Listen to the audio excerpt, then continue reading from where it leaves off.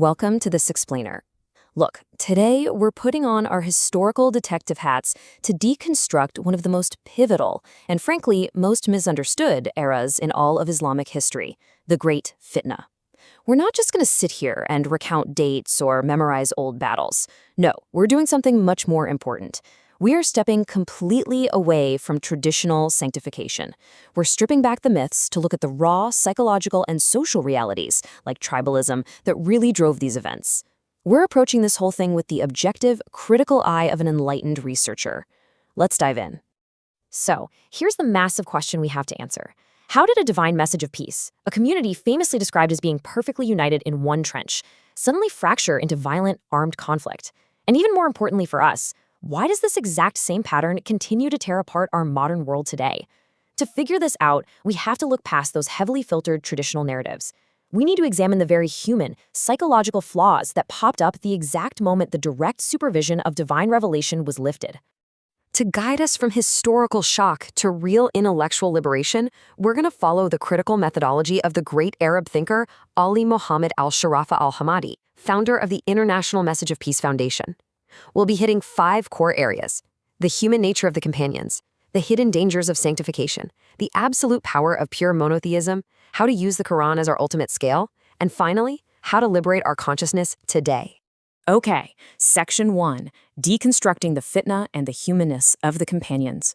You know, the Quran actually anticipated human nature's tendency toward conflict. It explicitly warned that straying from unity and falling into dispute opens the door to failure. It drains your strength. This establishes a really strict historical law for us. Just being chronologically close to the time of revelation does not magically grant anyone immunity from human ambition, psychological struggles, or the destructive pull of partisanship. And we see this play out in a really rapid, tragic sequence of events. Think about it.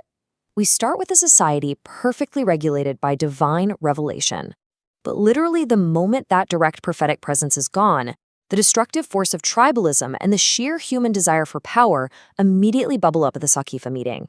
And it just snowballs from there into the bloody, heartbreaking battles of Jamal and Siffin. Tragically, this set a dangerous precedent. And guess what? Modern political conflicts are still being justified using the exact same religious language inherited from those very events. We absolutely must fundamentally reframe how we view that early community. The companions were humans. They were subject to the exact same sociological laws you or I are. Once that divine supervision was lifted, they were driven by ambition, fear, and deep-seated tribalism.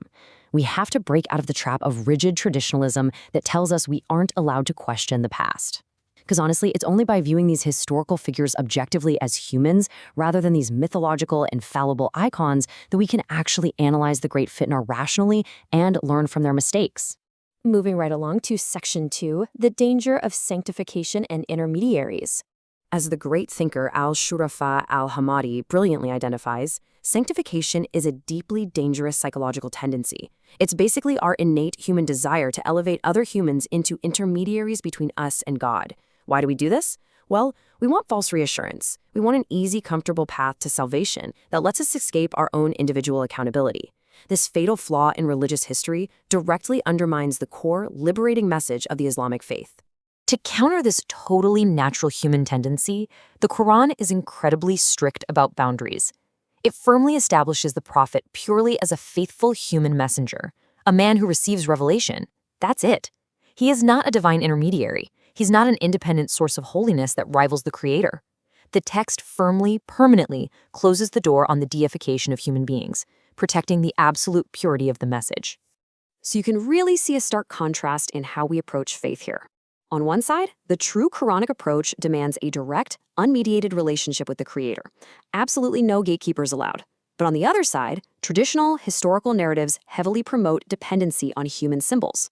This drastically shifts everything. It turns us from active, thinking individuals directly accountable to God into passive followers completely dependent on the perceived blessings of historical figures. And look, this isn't just an Islamic issue, it's a universal historical pattern. Just look at the early trajectory of Christianity. Exaggerated reverence for Jesus as a prophet eventually accumulated so many layers of sanctification until it literally led to deification. The Quran acts to aggressively correct this exact pattern. The sociological rule is simple, really. Whenever layers of sanctification accumulate around a human symbol, the space for pure monotheism in our consciousness shrinks. Which brings us perfectly to Section 3, Pure Monotheism and Individual Responsibility. Pure monotheism, or Tawheed, is, at its absolute core, a comprehensive project of liberation. It frees us from the fear of men and the fear of the unknown. It completely removes any reliance on human intermediaries. And most importantly, it restores our human dignity by establishing direct, individual accountability. It empowers us to take responsibility for our own actions, rather than lazily relying on some perceived salvation granted by blindly following historical figures. Now, I know some folks might find this critical approach a bit uncomfortable, but as Al-Shurafa emphasizes, criticizing historical exaggeration is not an attack on religion. It's actually a civilizational necessity. Dismantling these popular myths and inherited traditions is required to protect the faith. Without rigorous questioning, religion just morphs into a closed, deviant structure full of human manipulation, instead of the empowering divine message it was meant to be. All right, Section 4, the Quran as a scale for evaluating narratives.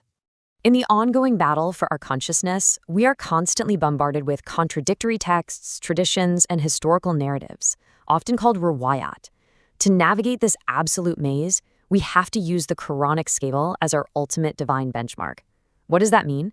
It means any historical narrative or tradition that contradicts the Quran's clear principles of justice, mercy, and a direct connection with God must be firmly, unapologetically rejected. No exceptions.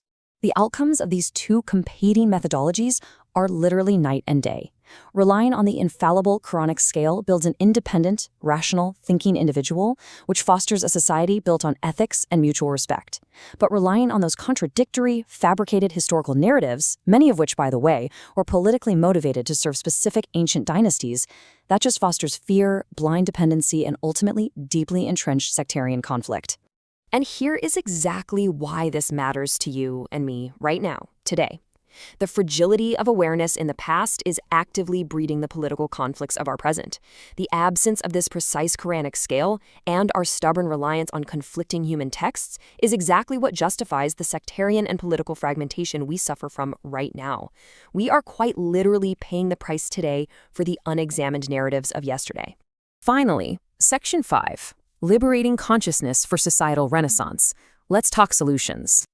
When we stop blindly imitating the past and actually use the Quranic scale to filter our heritage, we achieve a truly independent, liberated consciousness. We transition from being passive recipients of history to active, rational participants. This kind of intellectual freedom is a game changer.